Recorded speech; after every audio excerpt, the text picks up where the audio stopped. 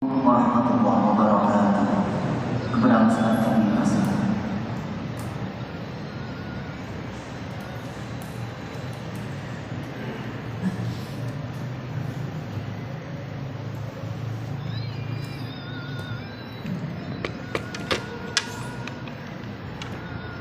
Assalamualaikum warahmatullahi wabarakatuh.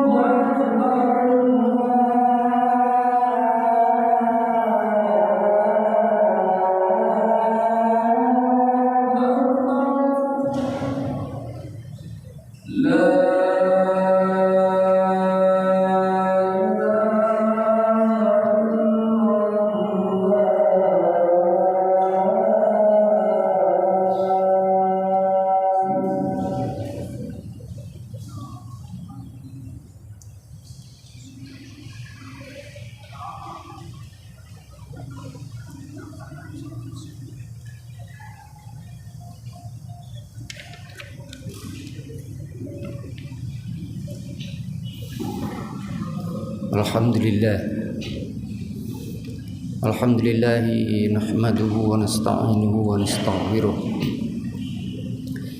wa na'udzu billahi min syururi anfusina min sayyiati a'malina man yahdihillahu fahuwal muhtadi wa man yudlil falan tajida lahu waliyan mursyida. Asyhadu an la ilaha illallah wa asyhadu anna Muhammadan abduhu wa rasuluh. Allahumma salli ala asyrafil mursalin Sayyidina Muhammadin wa ala alihi wa sahbihi ajma'in. أوصيكم وإياي بتقوى الله فقد فاز المتقون. بسم الله الرحمن الرحيم. يا أيها الذين آمنوا اتقوا الله ولتنظر نفس ما قدمت لغد واتقوا الله إن الله خبير بما تعملون. ولا تكونوا كالذين نسوا الله فأنساهم أنفسهم أولئك هم الفاسقون. لا يستوي أصحاب النار وأصحاب الجنة أصحاب الجنة هم الفائزون. Alhamdulillah, pada siang hari ini kita bisa bersama-sama hadir dalam majelis yang mulia ini untuk sekali lagi menunaikan salat Jum'ah bersama-sama. Kita berdoa kehadirat Allah Subhanahu wa taala, semoga semua yang kita lakukan ini bisa diterima oleh Allah sebagai langkah-langkah kita mendekatkan diri kepadanya. Marilah kita tingkatkan ketakwaan kita kepada Allah Subhanahu wa taala, seraya senantiasa berdoa agar keimanan, ketakwaan, keislaman yang ada di dalam hati kita tetap bersemayam di dalam hati kita sampai akhir hayat meninggalkan badan kita. Ayat yang saya baca tadi adalah ya ayyuhalladzina amanu taqullah, wahai orang-orang yang beriman bertakwalah kepada Allah. Wal tanzur nafsun ma qaddamat lighad, dan seyogyanya setiap orang mempersiapkan apa yang akan dibawanya esok hari. Wattaqullah, dan bertakwalah kepada Allah. Innallaha khabirun bima ta'malun. Sesungguhnya Allah mengetahui apa saja yang engkau lakukan. Wala takunu kalladzina nasallaha fa ansahum anfusahum, dan janganlah engkau menjadi orang-orang yang melupakan Allah sehingga Allah membuat mereka lupa atas diri mereka sendiri. Ulaika humul fasiqun, mereka itulah orang-orang yang fasik. La yastawi ashabun nari wa ashabul jannah, tidak sama penghuni neraka dan penghuni surga itu. Tidak sama penghuni neraka dan penghuni surga itu. Ashabul jannati humul faizun, penghuni surga itulah orang-orang yang sukses. Kita berdoa kehadirat Allah Subhanahu wa taala, semoga kita dijadikan oleh Allah para penghuni surga yang sukses itu. Amin ya rabbal alamin. Ma'asyiral muslimin rahimakumullah. Materi kita pada hari ini insyaallah tentang menjawab pertanyaan-pertanyaan dalam orde hakikat. Jadi manusia ini adalah makhluk yang bertanya. Dugaan saya mungkin di universe milik Allah ini hanya manusia saja yang merupakan makhluk yang bisa melontarkan pertanyaan. Di dunia binatang insya Allah tidak ada. Tidak ada fenomena melontarkan pertanyaan. Di dalam dunia jin dan sebagainya wallahu alam, saya tidak tahu. Tetapi yang saya lihat di dalam dunia manusia ada kegiatan melontarkan pertanyaan. Anak-anak kecil itu selalu tanya, yang itu apa? Itu namanya apa? Ini dari mana? Selalu begitu. Sehingga barangkali tidak terlalu berlebihan kalau kita katakan bahwa melontarkan pertanyaan itu adalah mencirikan kemanusiaan. Barangkali tidak terlalu salah kalau kita katakan adalah manusia ini adalah makhluk yang bertanya. Ya. Dan itulah yang menyebabkan manusia ini memperoleh ilmu pengetahuan. Nah, pertanyaan manusia ini bermacam-macam. Ada pertanyaan dalam orde yang biasa-biasa sajalah. Barangkali dalam orde sederhana. Misalnya, rencana nanti tahun depan kita tamasya kemana, gitu ya. Baju yang akan kita beli untuk hari raya tahun yang akan datang, kira-kira baju akan kita beli di mana, dalam bentuk pertanyaan sederhana. Anak-anak itu nanti disekolahkan di mana kira-kira, pertanyaan sederhana. Tetapi ada yang tidak sederhana tentang sekolah itu. Tetapi ada pertanyaan yang saya katakan tadi dalam orde hakikat. Bagaimana pertanyaan yang dalam orde hakikat itu? Pertanyaan yang kalau tidak dilontarkan kita kehilangan makna kehidupan, dan kalau dilontarkan dan jawabannya salah, kita juga berbahaya di dalam kehidupan ini. Yang paling mudah bahwa pertanyaan dalam orde hakikat itu adalah pertanyaan yang merupakan khazanah pertanyaan munkar dan nakir. Ya. Munkar dan nakir tidak akan pernah tanya, dulu antum ini tinggal di mana? Di Ngagelrejo. Tidak jadi pertanyaan munkar dan nakir itu. Ya. Siapakah Tuhanmu itu? Dari mana engkau datang dan kemana engkau pergi? Siapa rasulmu? Siapa orang yang kamu cintai di dunia ini? Bagaimana pendapatmu tentang orang-orang mukmin? Bagaimana kecintaanmu kepada orang-orang mukmin? Bagaimana kecintaanmu kepada Rasulullah sallallahu alaihi wasallam? Itu ditanyakan. Itu orde hakikat. Kamu kenal tidak dengan kitabmu? Kamu kenal tidak dengan nabimu? Kamu kenal tidak dengan saudara-saudaramu yang sesama mukmin? Kenal tidak itu? Itu pertanyaan munkar dan nakir. Dan jawabannya mesti betul. Karena kalau tidak betul konsekuensinya bahaya. Nah saya tidak punya waktu panjang bapak-bapak dan saudara sekalian. Salah satu pertanyaan dalam order hakikat itu salah satu adalah pertanyaan yang terkait tentang hidup dan mati. Kenapa sih kita ini kok dihidupkan? Tadinya mati kemudian dihidupkan, kemudian dimatikan, kemudian dihidupkan gitu ya? Kenapa sih? Nah, kalau pertanyaan dalam order yang dangkal-dangkal itu pertanyaannya bisa dijawab menggunakan rasionalitas kita, ilmu pengetahuan bisa jawab. Yang berapa luas daripada masjid ini ilmu pengetahuan bisa jawab. Tidak usah merujuk kepada Al-Quran. Tetapi kalau pertanyaan dalam bentuk yang hakikat, dari mana saya ini, hendak kemana saya ini pergi, ya mesti merujuk kepada Al-Quran. Ilmu pengetahuan tidak bisa menjawab itu, bukan wilayahnya. Bagaimana Al-Quran mengatakan tentang hidup dan mati? Tabarakalladzi biyadihil mulku wa huwa ala kulli syai'in qadir alladzi khalaqal mauta wal hayata liyabluwakum ayyukum ahsanu amala. Hidup dan mati ini untuk menguji kamu, siapa di antara kamu yang paling baik amalnya. Nah, maka itu dalam kesempatan ini saya akan melihat anatomi dari ujian hidup ini dan mati ini adalah ujian. Bagaimana anatomi ujian? Bapak-bapak ini insya Allah semua pernah diuji. Ya. Nah, ini banyak ini bapak-bapak dan saudara sekalian, ini banyak karakteristik daripada sebuah ujian. Nah, saya dengan sendirinya mengambil beberapa hal saja karena waktu kita yang tidak cukup. Yang pertama, yang diujikan itu mesti sesuatu yang penting. Kalau tidak penting tidak perlu diujikan. Ya. Yang diujikan itu mesti sesuatu yang sulit. Kalau gampang tidak perlu diujikan. Tidak mungkin di perguruan tinggi kita memberi soal 2 tambah 2, menghina intelijensia mahasiswa. 2, 3 tambah 2 semua orang bisa. Yang diujikan ini mesti sesuatu yang sulit, sesuatu yang penting. Maka itu ujian kita dalam kehidupan di dunia ini merupakan sesuatu yang penting dan sulit.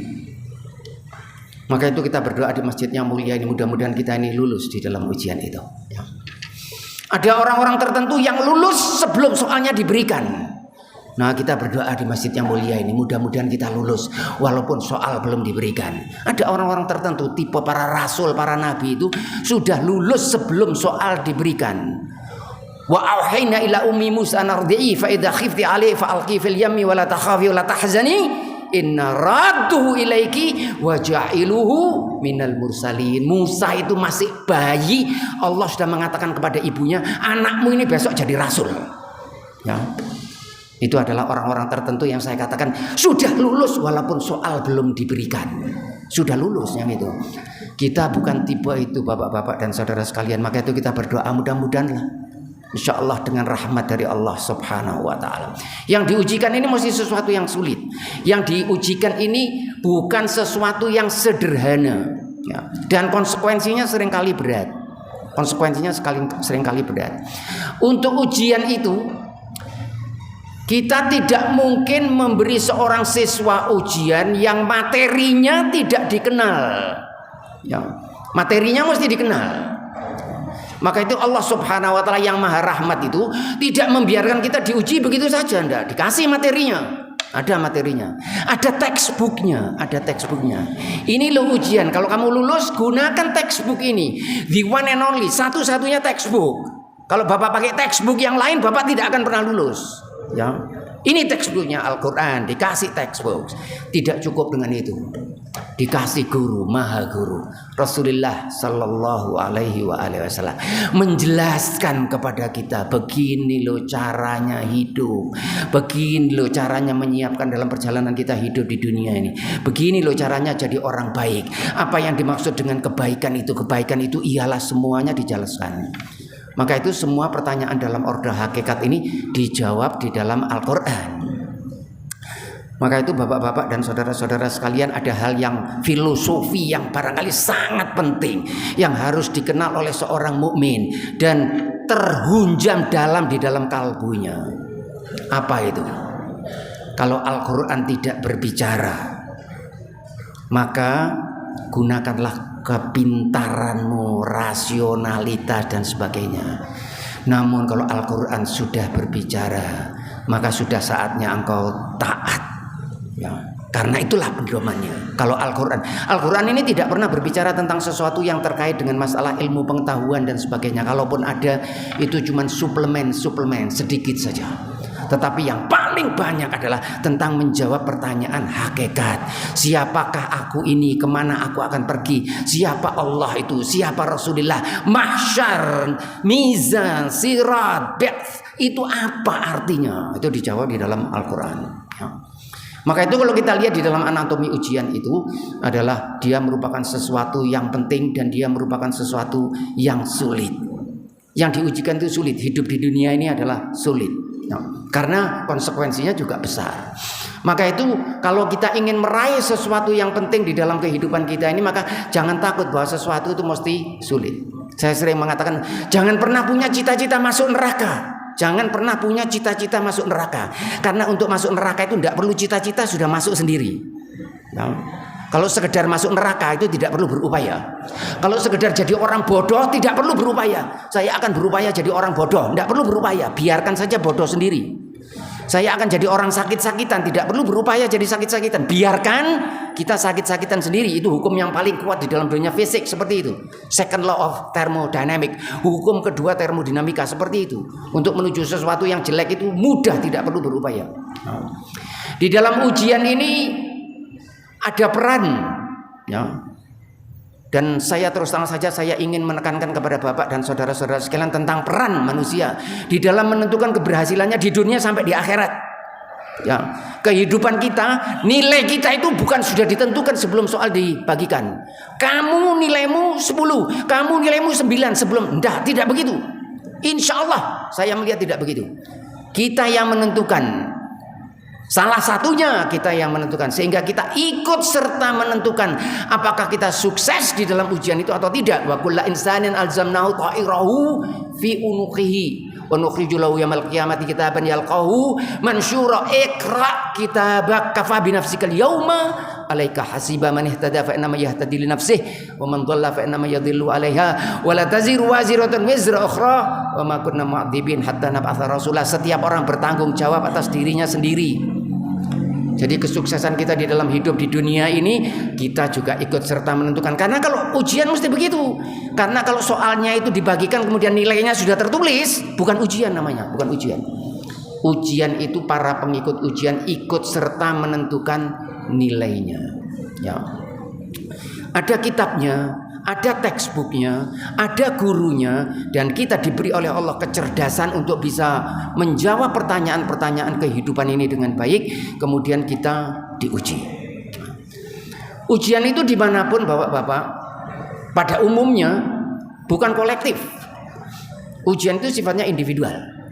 Ada kadang-kadang prestasi yang sifatnya kolektif, ya, seperti lari estafet dan sebagainya, lomba bendera, kelihatannya itu kolektif, keberhasilan tim, tetapi tidak banyak. Di dalam hidup ini tidak banyak. Sebagian besar keberhasilan itu adalah keberhasilan ujian, ya, maksud saya adalah individual. Maka itu nanti di akhirat kita juga individual. Kita tidak pernah, Bapak tidak akan pernah tanya tentang saya tidak akan pernah tanya. Wala yus'alu hamimun hamima. Pertemanan itu tidak ada artinya. Al-akhillau ba'dhum li ba'dhin adu. Orang-orang yang berteman itu nanti di hari akhirat satu sama lain hidup sendiri-sendiri. Setiap orang bertanggung jawab tentang dirinya sendiri. Seorang anak tidak pernah bisa berbuat apapun terhadap ayahnya. Demikian pula seorang ayah tidak bisa berbuat apapun terhadap anaknya. Wala taziru waziratun wizra ukhra. Setiap orang memikul bebannya sendiri-sendiri. Sehingga sifatnya individualis. Nah, di dalam ujian itu ada saat-saat awal ujian. Kapan kita saat awal ujian? Kalau di dalam pandangan seorang Islam, ketika seseorang itu sudah sampai baligh, sudah dewasa, maka dia sudah mulai diuji di dalam kehidupannya. Dan dimanapun setiap ujian itu akan ada waktu akhir daripada ujian. Maka itu hidup ini adalah untuk berbuat, dan mati itu adalah untuk evaluasi. Hidup untuk berbuat, untuk amal. Di dalam Allah memberi kita kehidupan untuk beramal, dan nanti akan datang kematian kita, mudah-mudahan husnul khatimah semuanya insyaallah, wal muslimina jami'an husnul khatimah semua. Apa itu? Untuk evaluasi apa yang kita kerjakan di dalam hidup. Karena kalau tidak ada kematian, tidak ada evaluasi, tidak ada ujian yang tidak berhenti, tidak ada ujian yang tidak punya time frame. Setiap ujian punya waktu. Nah, di dunia ujian kita ini juga akan kita punya waktu. Kemudian akan ada evaluasi. Ada evaluasi, dan evaluasi daripada Yang Maha Kuasa ini adalah evaluasi yang luar biasa, ya. Maka itu dikatakan di dalam Al-Qur'an, wa wudhi'al kitabu fataral mujrimina musyfiqina mimma fihi wa yaquluna ya wailatana mali hadzal kitab la yughadiru saghiratan wala kabiratan illa ahsaha wa wajadu ma amilu hadiran wala yadlimu rabbuka ahada wa wudhi'al kitab. Nanti akan diberikan kepada kita kitab. Wa taral mujrimina musyfiqina mimma fi. Orang-orang yang jelek, orang-orang yang dolim, orang-orang yang sering menteror orang-orang Islam, al-mujrimin itu musyfiqina mimma fi, mereka takut dengan itu. Wa yaquluna ya wailatana mali hadzal kitab. Celaka kita ini, kitab apa ini? La yughadiru saghiratan wala kabiratan illa ahsaha. Tidak ada yang kecil maupun yang besar tertulis dengan rapi, ya. Maka itu bapak-bapak dan saudara-saudara sekalian, jangan pernah berhayal ada sesuatu yang kita lakukan kemudian hilang begitu saja. Sesuatu yang baik tercatat dengan baik, sesuatu yang jelek tercatat dengan jelek, kecil maupun besar. Saya malah punya istilah khusus yang saya beri istilah hukum kekekalan amal. Amal kita ini kekal. Bapak berbuat apapun, menyakitkan hati orang, ya akan ada, menyenangkan hati orang akan ada pahalanya. Dan yang luar biasa, kalau Bapak menanam padi di Surabaya, Bapak akan menuai padi di Surabaya. Kalau Bapak menanam kebaikan di Surabaya, Bapak bisa menuai kebaikan dimanapun Bapak berada. Menanam padi di Surabaya, menuainya di Surabaya. Menanam kebaikan di Surabaya, menuai di seluruh dunia. Bahkan setelah kita meninggal dunia, kita masih bisa menuai kebaikan kita. Kemudian ada konsekuensi. Hasil ujian itu ada konsekuensi. Dan konsekuensinya ini adalah konsekuensi yang mudah-mudahan kita diselamatkan oleh Allah Subhanahu wa ta'ala. Kemudian ada yang terakhir, yang barangkali ini kita harapkan, bisa tidak kita mendapatkan bantuan, ya. Bisa tidak mendapatkan bantuan. Kalau kita baca ayat-ayat Al-Quran, kelihatannya syafaat dan sebagainya itu tidak ada di dalam Al-Quran. Selalu bunyinya syafaat itu, tidak ada syafaat kecuali, bahasanya itu selalu begitu, tidak ada syafaat kecuali. Siapa kecuali itu? Mudah-mudahan insya Allah Rasulullah Sallallahu Alaihi Wasallam. Maka itu harapan kita, walaupun amal kita ini sangat kecil, kita masih berharap pada syafaat daripada Rasulullah Sallallahu Alaihi Wasallam. Bagaimana memperoleh syafaat itu? Adalah dengan mencintai Rasulullah Sallallahu Alaihi Wasallam, dan yang terutama dengan mencintai umat Rasulullah Sallallahu Alaihi Wasallam, membantu umat Rasulullah, mengangkat derajat umat Rasulullah, sehingga kita punya hubungan yang erat antara kita dengan Rasulullah Sallallahu Alaihi Wasallam. Karena kita masuk surga dengan amal kita kelihatannya tidak terlalu mudah. Perhatikan amal kita ini yang tidak bertambah dari hari ke hari, tetapi mungkin insya Allah dengan rahmat dari Allah Subhanahu Wa Taala, kecintaan kita kepada Rasulullah Sallallahu Alaihi Wasallam, insya Allah memudahkan kita untuk meraih surga Allah Subhanahu Wa Taala. Aqulu qauli hadza wa astaghfirullah li wa lakum astaghfiru innahu wal ghafurur rahim.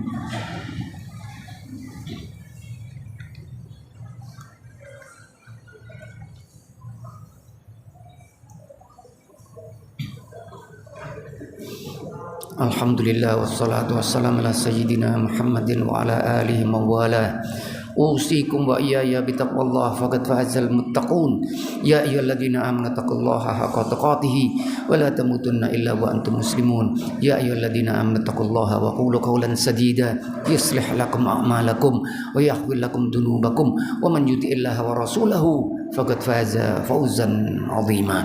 Marilah pada khutbah yang kedua ini kita berdoa kehadirat Allah Subhanahu wa taala. Mudah-mudahan kita menjadi orang-orang yang lulus di dalam ujian ini. Mudah-mudahan kita diberi kemudahan di dalam menjalani kehidupan ini dan hidup dengan penuh makna, hidup kontributif, hidup yang bermakna, dan insya Allah lulus di dalam ujian, bahagia di dunia dan insya Allah lebih bahagia di akhirat nanti.